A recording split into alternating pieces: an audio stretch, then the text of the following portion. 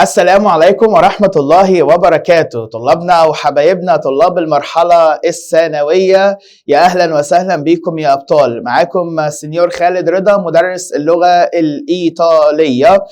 النهاردة طالع لكم إن شاء الله مع بعضينا علشان نكمل سلسلة حل الواجب بتاعنا، واللي فيها النهاردة هناخد إيه، واللي فيها النهاردة هنستعرض مع بعضينا آخر درس معانا من الوحدة الثانية بتاعتنا، اللي هو درس اسمه إيبوسيسيفي سينجولاري، اللي هو صفات الملكية المفرد. والدرس ده طبعا من أسهل الدروس اللي أنت ممكن تشوفها، واللي أنت ممكن أصلا تسمعها في حياتك، يعني على مدار تعلمك للغة الإيطالية. جاهزين؟ يلا مع بعضينا بقى نشوف الدرس ده كنا بنحل عليه الأول إزاي، بعد كده نطبق على الكلام اللي أنا هقوله لك دلوقتي حالا. الدرس ده كنا بنقول ايه؟ كنا بنقول يا سينيور اول حاجه كنا بنعملها بنبص على الكلمه اللي جايه بعد النقط على طول. الكلمه اللي جايه بعد النقط دي يا سينيور اللي احنا كنا بنسميها عندنا في الايطالي الشيء الايه؟ اللي احنا كنا بنسميها عندنا في الايطالي الشيء المملوك، اللي احنا كنا بنسميها المملوك. بنسميها ايه تاني؟ المملوك.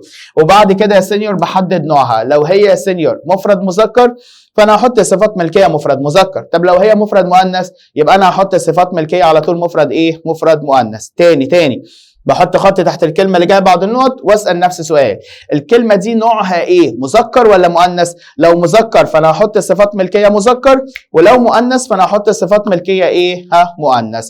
ولازم الصفه اللي انت هتختارها سواء كانت مذكر او مؤنث لازم الصفه تنزل باداه تعريف. فمره هتنزل بإل، مره هتنزل يا سينيور باداه التعريف إل، ومره هتنزل يا سينيور باداه التعريف لا. إل يا سينيور لو هي مذكر، ولا لو هي ايه؟ ولا لو هي يا سينيور مؤنث. واوعى تنسى ان الصفات الملكيه دايما بتنزل باداه تعريف، ونادرا ما بتنزل باداه ايه؟ ونادرا ما بتنزل باداه تنكير. قلت لك ايه؟ قلت لك نادرا. ده ما يمنعش يا سينيور انها تنزل، عادي جدا ممكن تنزل، بس النسبه الاكبر اللي بتيجي دايما ادوات ايه؟ ادوات تعريف. فتعالوا مع بعضينا نستعرض ايه؟ نستعرض الجمل بتاعتنا. بس قبل ما نستعرض حاجه اخيره بفكرك بيها للمره المليون اهو. الصفات الملكيه دايما بتنزل باداه تعريف. حالتين بس بختار معاهم الصفات بدون اداه تعريف، لما تكون الكلمة اللي جاية بعد النقط أي المملوك. لما يكون المملوك يا سينيور عبارة عن فرد من أفراد العائلة. لو كلمة انسينيانت اللي قدامي دي كانت عبارة عن فرد عيلة، يعني مثلا أب أم أخ أخت اللي هم بالإيطالي بادري ومادري. عندي يا سينيور فيليو وفيليا اللي هو ابن وابنة. عندي فراتيلو وسوريلا أخ وأخت. عندي ماريتو ومولي زوج وزوجة. عندي تزيو وتزية عم وخال أو عمة وخالة. عندي كوجينو او كوجينا بنت العم او يا سينيور ابن العم. عندي يا سينيور نيبوتي حفيد، وعندي نيبوتي اللي هو الايه؟ اللي هو الحفيده. وطبعا شجره العيله بتاعتنا اللي هم نونو ونونا اللي هو الجد والايه؟ والجده. افراد العيله بتنزل معاها صفات الملكيه بدون اداه تعريف. والحاله الثانيه اللي بختار فيها الصفات بدون أداة تعريف اللي هو في حالة عدم وجود مملوك. يعني لو أنا بحل الجملة بتاعتي وما لقيتش حاجة خالص بعد الإيه؟ بعد النقط بتاعتنا. دي الحالة الثانية اللي أنا بختار فيها الصفات الملكية بدون أداة تعريف. يبقى لو جيت سألتك قلت لك بقول لك إيه؟ هو صفات الملكية بنختارها يا جماعة بدون أداة تعريف إمتى؟ تقول لي في حالتين. الحالة الأولى احفظ كده، الحالة الأولى بختار فيها الصفة بدون أداة في حالة عدم وجود مملوك. في حالة مين؟ عدم وجود مملوك. أو في حالة وجوده بس يكون فرد إيه؟ بس يكون فرد عيلة مفرد. تمام كده؟ وانت بتختار الصفة بأداة تعريف، بص بقى، وانت بتختار الصفة بأداة تعريف خلي بالك إن أداة التعريف ممكن تكون موجودة في الجملة. تاني، وانت بتختار الصفة بأداة التعريف اتأكد الأداة موجودة في الجملة ولا مش موجودة، عشان ممكن تلاقيها موجودة في الجملة. فانت في الحالة دي الصفة اللي هتختارها لازم تنزل بدون أداة، لأن كده كده الأداة موجودة، فأنا ما ينفعش أكرر الأداة مرة تانية. تعالوا يلا مع بعضنا نطبق الكلام ده. الكلمة دي كلمة اسمها انسينيانت اللي هي معناها مدرس، فده معناها سينيور ان دي مش فرد عيلة، فده معناه ان انا اختار بأداة تعريف إل ولا لا حسب. الكلمة دي نوعها مفرد مذكر لان هو وصفه لي اللي هو مفرد مذكر، فاختار الإل. فين الإل؟ اهي اخترت على طول. شفت انا عملت ايه؟ بس وانا بختار الايل اتاكد بقى هل الايل دي موجوده هنا ولا مش موجوده. لو موجوده يبقى ده معناه ان انا هختار توا. طب لو مش موجوده يبقى ده معناه ان انا هختار ايل تو التو على طول. اللي بعده فاميليا يا سينيور دي العيله مش فرد، دي العيله ذات نفسها، يعني ده معناه ان انا اختارها باداه تعريف. اداه تعريف اسمها الله لان نوعها مفرد مؤنث. فين الله؟ اهي بختار. بورصه مش فرد عيله يبقى اختارها باداه تعريف اسمها الله. فين الله؟ اهي. اللي بعده بص كده، هل في هنا مملوك؟ لا يا سينيور ما فيش مملوك. يبقى ده معناه ان الصفات الملكيه اللي اختارها باداه ولا بدون اداه؟ هختارها بدون اداه تعريف. يبقى انا هستبعد مين؟ هستبعد لمية خالص. ايه الفرق يا سينيور او ايه اللي فضل؟ ده مؤنث وده مؤنث وده ايه؟ وده مفرد ايه؟ مفرد مذكر. هختار انهي واحده من الاثنين بقى يا سينيور؟ هختار المذكر ولا المؤنث؟ حسب المملوك. مش احنا قلنا ان صفات الملكيه بتتفق في النوع من حيث المملوك؟ يعني لو المملوك مذكر يبقى الصفه مذكر. طب لو المملوك مؤنث يبقى الصفه بتاعتك مفرد ايه؟ مؤنث. المملوك مش موجود في الاجابه، اي نعم، بس موجود في السؤال اللي هو كويستو ليبرا مفرد مذكر، يبقى اختار ايه؟ ميو على طول. اللي بعده بيقول لك ايه؟ بيقول لك فيها يا سينيور جنة. مالها جنة؟ يا جنة بوسو برندر النوت امبريلو، هل ده فرد عيلة؟ لا، يبقى اختار الصفة بأداة تعريف. بص الأداة موجودة في الجملة اهي. الأداة موجودة في الجملة اهي، يبقى ده معناه ان الصفة اللي اختارها بدون أداة، فأنا هستبعد ده وهستبعد ده. حل ينحصر يا تو يا سوا، ده مذكر وده مذكر. لو خيرك ما بين صفتين من نفس النوع زي الجملة اللي قدامك دي كده، في الحالة دي هتروح تبص على الفاعل اللي احنا بنسميه عندنا في الجملة المالك، اللي هو مين؟ اللي هو جنة، اللي هو لو شلناه سينيور بنعوض بتو، وتو بتاخد مين؟ وتو بتاخد تو على طول. اللي بعده الجملة بيقول لك فيها ايه؟ بيقول لك فيها يا سينيور كذا ده يا سينيور مفرد مؤنث، يبقى الصفه اللي اختارها مفرد مؤنث يا سينيور منتهيه قبلها اداه تعريف يا سينيور، بس خلي بالك الاداه موجوده في الجمله، يبقى ده معناه ان الصفه اللي اختارها بدون ايه؟ بدون اداه. هستبعد ده، تمام كده، ويا سينيور هستبعد ده، يعني ده مذكر وده مذكر، يبقى انا هختار الايه؟ التو اللي هي المفرد المؤنث. ليبرا ده مفرد مذكر، يبقى اختار الايل. فين الايل عندي؟ اهي يا سينيور، يبقى اختارها على طول. كازا ده مفرد مؤنث، هختارها باداه تعريف اسمها الله عشان مش فرد عيله، فاروح اختار لاميا. اللي بعده اميكا ده مش فرد عيله، يبقى اختارها باداه تعريف اسمها الله. فين الله عندي في رقم سي على طول، فاختارها. اللي بعده بيتشيكليتا ده مفرد مؤنث يا سينيور ومش فرد عيله، يبقى اختارها باداه تعريف اسمها الله. فين الله عندي؟ اهي يا سينيور، لا تو على طول، فاروح اختارها.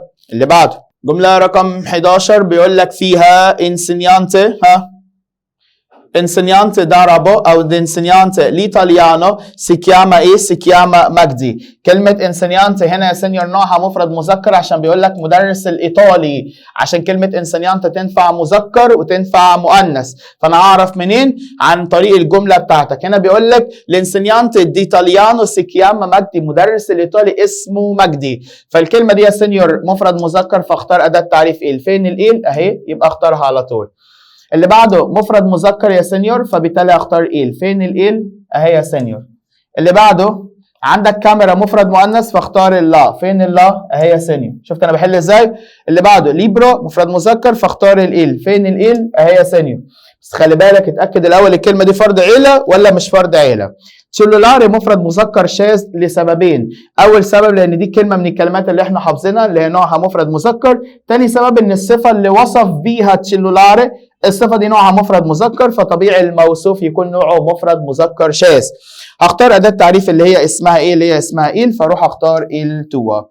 اللي بعده كلمة جورنالي مفرد مذكر ايه؟ مفرد مذكر شاذ، فبالتالي هختار أداة تعريف اللي هي اسمها إل، اللي هي بقى فين يا سينيور؟ تعالوا نشوفها مع بعضينا، بصوا معايا اهي. جورنالي مفرد مذكر شاذ، يبقى اختار أداة تعريف اسمها إل. فين الإل؟ هستبعد ده وهستبعد ده. عندي سوا وعندي توا، دي باخدها مع لوي ودي باخدها يا سينيور مع تو. الفاعل مين؟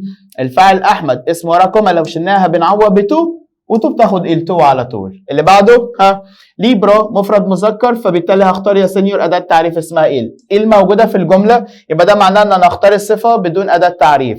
ده مؤنث هستبعدها وده مؤنث هستبعدها لان دي مفرد مذكر، يبقى حل ينحصر يا توا يا سوا. الفاعل بتاعك اماني لو شلناها بنعوض بتوا او بتو وتو بتاخد ايه؟ تو على طول.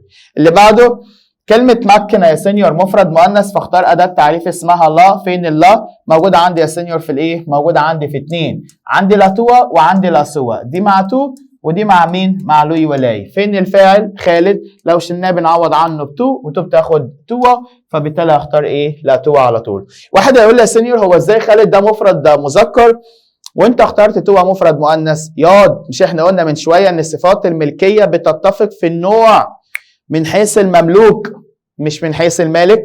الصفه بتتفق في النوع من حيث المملوك، يعني لو ده مذكر يبقى الصفه مذكر، لو ده مؤنث يبقى الصفه ايه؟ يبقى الصفه مؤنث ايه على طول. طيب اللي بعده جمله رقم 19 بيقول لك فيها ايه؟ بيقول لك فيها كلمه اسمها بنا. كلمه بنا دي نوعها مفرد مؤنث، فاختار اداه تعريف اسمها الله. فين الله؟ عندي دي وعندي دي يا سينيور، هستبعد ده وهستبعد ايه من حساباتي ده على طول. الفاعل بتاعك مين؟ الفاعل بتاعك اسامه، وراها كوما بنعوض بتو، وتو بتاخد ايه؟ لا توا. اللي بعده جورناتا مفرد مؤنث، فاختار اللا. فين اللا يا سينيور؟ ها اللا موجوده في الثلاثه دول، دي مع تو، ودي مع سينيور مع لوي ولاي، ودي يا سينيور مع مين؟ ودي مع اياه. فين الفاعل؟ الفاعل بتاعي باولو، لو شلناها بنعوض بتو، وتو بتاخد مين؟ لا توا. اميكو مفرد مذكر، يبقى بالتالي اختار اداه تعريف اسمها ال. فين ال؟ اهي واهي. الفاعل بتاعك مصطفى، لو شلناه بنعوض بلوي اهو، اسم من غير كوما، يبقى هنختار ايه؟ هنختار السوا على طول. فاميليا يا سينيور العيله مفرد مؤنث، فاختار اللا. فين اللا؟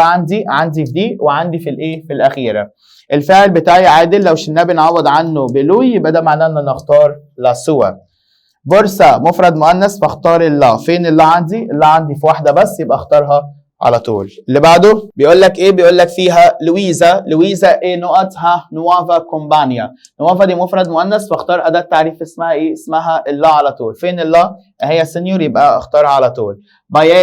بايازه يعني بلد، الكلمه دي نوعها مفرد مذكر، يبقى ده معناه ان انا اختار اداه تعريف اسمها ال. فين ال؟ اهي، يبقى اختارها ايه؟ على طول. اللي بعده كلمة ليبرا، الكلمة دي نوعها يا سينيور مفرد مذكر وبادئة بساكن، فبالتالي هختار ال. فين ال عندي؟ اهي، فهختارها ايه؟ على طول. اللي بعده اللي بعده يا سينيور تليفونينا مفرد مذكر، فبالتالي هختار ال. فين ال؟ عندي ادي واحد وعندي ادي اتنين، دي يا سينيور مع ايه، ودي مع مين؟ ودي مع تو. هنا يا سينيور الفاعل مين؟ تعال اقول لك. هنا يا سينيور ده جملتها كانت عباره عن سؤال وي اجابه. سال بتوا، يبقى هجاوب بمين؟ يبقى هجاوب بمية على طول. هنا بيسالك بيقول لك ايه؟ كويستو il tuo telefono، يعني هذا بيكون تليفونك، فانا رديت قلت ايه؟ نو، لا، نون الميو تليفونو، لا ما بيكونش تليفوني انا. فهنا عرفت الفعل ازاي؟ عرفت الفعل ازاي اللي هو ميو عشان طريق يا سينيور، او علشان يا سينيور الجمله بتاعتي ايه؟ سؤال وايه؟ واجابه. يبقى عرفت ازاي؟ عن طريق ان جملتي سؤال واجابه. سال بتوا، يبقى انا هجاوب بايه؟ بميو على طول. اللي بعده بيتشيكليتا مفرد مؤنث، فبالتالي الاداه اللي اختارها اسمها لا، مش موجوده عندي غير في واحده بس اللي هي اسمها لاميا بيتشيكليتا. اللي بعده جمله رقم 29 بيقول لك فيها ايه؟ بيقول لك فيها ليبرا. كلمه ليبرا الكلمه دي نوعها ايه؟ الكلمه دي نوعها مفرد مذكر، فاختار ال. فين ال عندي؟ موجوده في واحده، يبقى اختارها على طول. ابارتمنتو مفرد مذكر، فبالتالي هختار ال، والال موجوده اهي، يبقى ده معناه ان انا هستبعد ده وهستبعد 100 عشان دي مؤنث، وهستبعد تو عشان دي مؤنث، يبقى اختار 100 على طول. زيا الحمد لله على السلامه يا عمي، الحمد لله على السلامه. ده فرد عيله، فرد عيله يا سيدي، ربع افراد العيله، بختار الصفه بدون اداه تعريف، يبقى ده معناه ان انا هستبعد ده من حساباتي، وهستبعد ده عشان ده مؤنث عشان ده مذكر، وهستبعد ده مؤنث، يبقى اختار ايه؟ تو على طول اللي هي الصفه المفرد المذكر. اللي بعده اللي بعده جمله اسمها كازا. بيقول لك ايه؟ بيقول لك كازا اللي هو معناها سينيور منزل. ماله المنزل؟ مفرد مؤنث، يبقى هختار اداه تعريف اسمها لا، يبقى اختار لامية على طول. بينا مفرد مؤنث، فاختار اللا. فين اللا؟ اهي، يبقى اختارها على طول. اللي بعده تشيلولاري مفرد مذكر، يبقى اختار اداه التعريف اللي هي اسمها ال. انهي واحده؟ اول واحده خالص.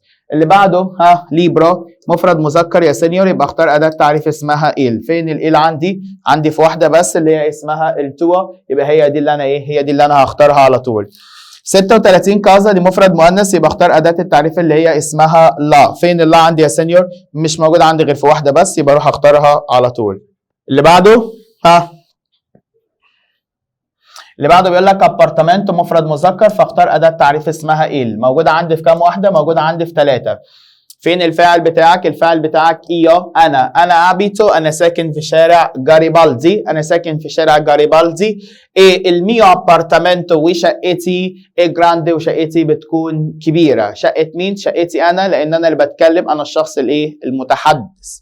اللي بعده البدر يا سينيور ده مفرد ايه؟ مفرد مذكر وفرد عيله، يبقى ده معناه ان الصفه اللي اختارها بدون اداه تعريف، يبقى انا هستبعد السوى على طول. طيب هنا يا سينيور حل ينحصر يسوى يميا، دي مفرد مؤنث ودي مفرد مؤنث وده مذكر، يبقى اختار سوى على طول. مادر ده معناها ام، والام يا سينيور ده فرد عيله، يبقى اختارها بدون اداه تعريف، يبقى ده معناه ان انا اختار يتوى يميا. طب ليه استبعدت ميو؟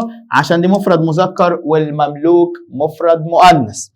هختار تو او ميا حسب الفاعل. الفاعل بتاعك فادو ده فعل مصرف مع مين؟ فعل مصرف مع ايو، يبقى ده معناه ان انا اختار ميا على طول. انا رايح الميركاتو كون ميا مادري، انا رايح السوبر ميركاتو، رايح السوبر ماركت مع مين؟ مع والدتي. اللي بعده كوجينا ده فرد عيله معناها بنت العم، ده معناها انها مفرد مؤنث، هختارها بدون اداه تعريف، يبقى انا ده معناها ان حل ينحصر في مين؟ حل ينحصر يا ميا يا توا. هنا هقول له ميا كوجينا بنت عم تريزا تريديتشاني ولا توا؟ هستخدم على طول ميا. عارفين ليه؟ تعال، لان جملتي جمله خبريه، فده معناها السنيور ان انا اختار ميا. امتى اختار توا؟ لو جملتك جمله استفهاميه، يعني انا لو جيت هنا حطيت علامه استفهام في الجمله دي، يبقى ده معناه ان انا اختار مين؟ توا على طول. اللي بعده اميكو، الجمله دي حلوه، تخلي بالك منها، الجمله دي حلوه قوي، خلي بالك منها كويس. اميكو ده مفرد مذكر، فاختار اداه التعريف اللي هي اسمها ايل، فبالتالي اختار المياه. اللي بعده نونو، ظالمينك يا نونو انت، والله العظيم ظالمينك، كل الناس بتزور العيله الا انت نونو يا جدي. يلا مع بعضينا، نونو ده فرد عيله مفرد مذكر، يبقى اختار الصفه بدون اداه تعريف. هستبعد سوى وهستبعد السوى وهستبعد مياه لان ده مفرد مذكر، فاقول ايه؟ سوى على طول. معاك كده ده مفرد مؤنث، فاختار اللا. فين اللا عندي؟ موجوده عندي في واحده، يبقى اختارها اسمها لا توا. بيتشيكليتا دي مفرد مؤنث، فاختار اللا. فين اللا؟ ادي واحده، ادي اتنين، ادي تلاته، هستبعد الاخيره خالص لانها نازله بدون اداه تعريف. فين الفاعل يا سينيور؟ الفاعل عندي ايو، فبالتالي هختار ميا اللي هي اسمها لا ميا بيتشيكليتا. اللي بعده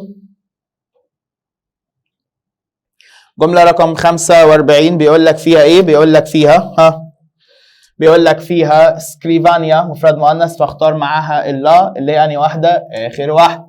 اللي بعده ليبرو مفرد مذكر يا سينيور، يبقى اختار اداه التعريف اللي هي اسمها ايل. فين الايل؟ موجوده عندي في اتنين. جملتي سؤال واجابه، سال بتوا، يبقى جاوب بميو على طول.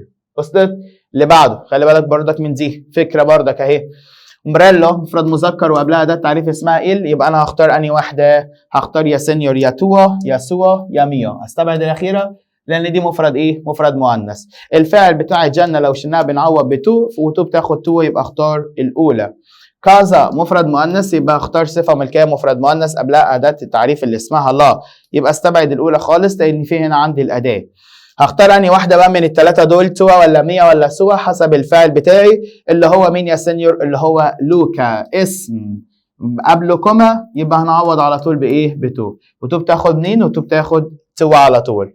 مادري فرد عيله، يبقى اختار الصفه بدون اداه تعريف، يبقى استبعد دي. حل ينحصر يا سينيور يا ايه؟ حل ينحصر يا توا مذكر، هستبعدها طبعا. توا ده جمع مؤنث اصلا لسه ما خدناهوش، يبقى ما فضلش عندي غير توا، يبقى انا هختارها على طول. اللي بعده جملة رقم 50 بيقول لك فيها ايه؟ بيقول لك فيها يا سينيور بنا. كلمة بنا دي مفرد مؤنث، يبقى اختار أداة تعريف مفرد مؤنث اللي هي اسمها الله، يبقى اختار الايه؟ الأولى على طول. اللي بعده كلمة فيستا، الكلمة دي مفرد مؤنث، يبقى اختار أداة تعريف اسمها الله. وخلي بالك الله موجودة اهو، موجودة في حرف الجر الله.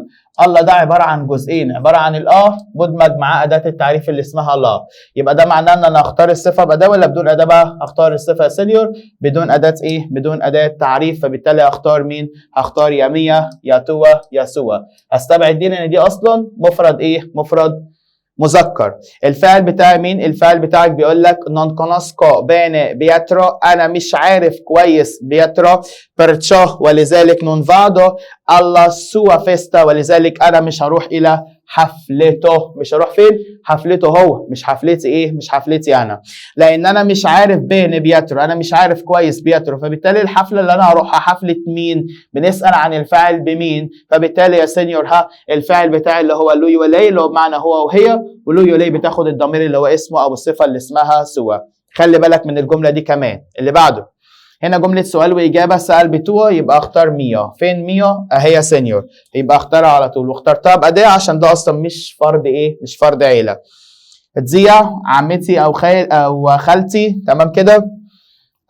دي يا سينيور فرد عيله، يبقى اختارها بدون اداه تعريف، فبالتالي اختار يا توا يا ميا. دي جملتي سؤال واجابه، فبالتالي يا سينيور كون كيسي ان شات، يعني انت مع مين في الشات؟ فانا رديت قلت له كون ميا تزيا، يعني مع عمتي انا. رقم 52 بيقول لك ان فاكانسا فادو دا اونا نوت اميكا، فرد عيله، يبقى اختارها باداه تعريف. لا يا سينيور، ده مش فرد عيله اصلا، ده مش فرد عيله، دي كلمه عاديه جدا، فاختارها يا سينيور باداه تعريف اللي هي اسمها مين؟ اللي هي اسمها الله. بس خلي بالك ان هنا جايب لك ايه؟ جايب لك في الجمله بتاعتك اداه ايه؟ اداه تنكير اللي هي اسمها اونا، فده معناها ان الصفه اللي هختارها طبعا بدون الاداه، لان الاداه موجوده في الجمله، فبالتالي حل ينحصر يا اما مين؟ يا اما توا يا اما ميا. الفاعل بتاعي يا سينيور ايو، ضمير مستتر تقديره انا، وعرفته عن طريق الفعل المصرف اللي هو اسمه فادو، يبقى ده معناها انا اللي هروح فين بقى؟ هروح يا سينيور عندي صديقتي انا، فبالتالي اختار الضمير اللي هو اسمه ميا. طيب لغايه هنا كده احنا خلصنا ايه؟ خلصنا حل الواجب بتاعنا اللي هو درس اسمه اي بوسيسيفي سينجولاري، اللي هو درس اسمه صفات الملكيه المفرد. اشوفكم على خير ان شاء الله في الحصه الجايه، واللي فيها هنحل مع بعضينا سؤال المواقف اللي هي الخاصه بالوحده الثانيه، ونحل مع بعضينا السؤال المقالي بلس كده كمان نحل الامتحانات الشامله اللي على الوحده الثانيه. كان معاكم سنيور خالد رضا، مدرس اللغه الايطاليه. تشاو.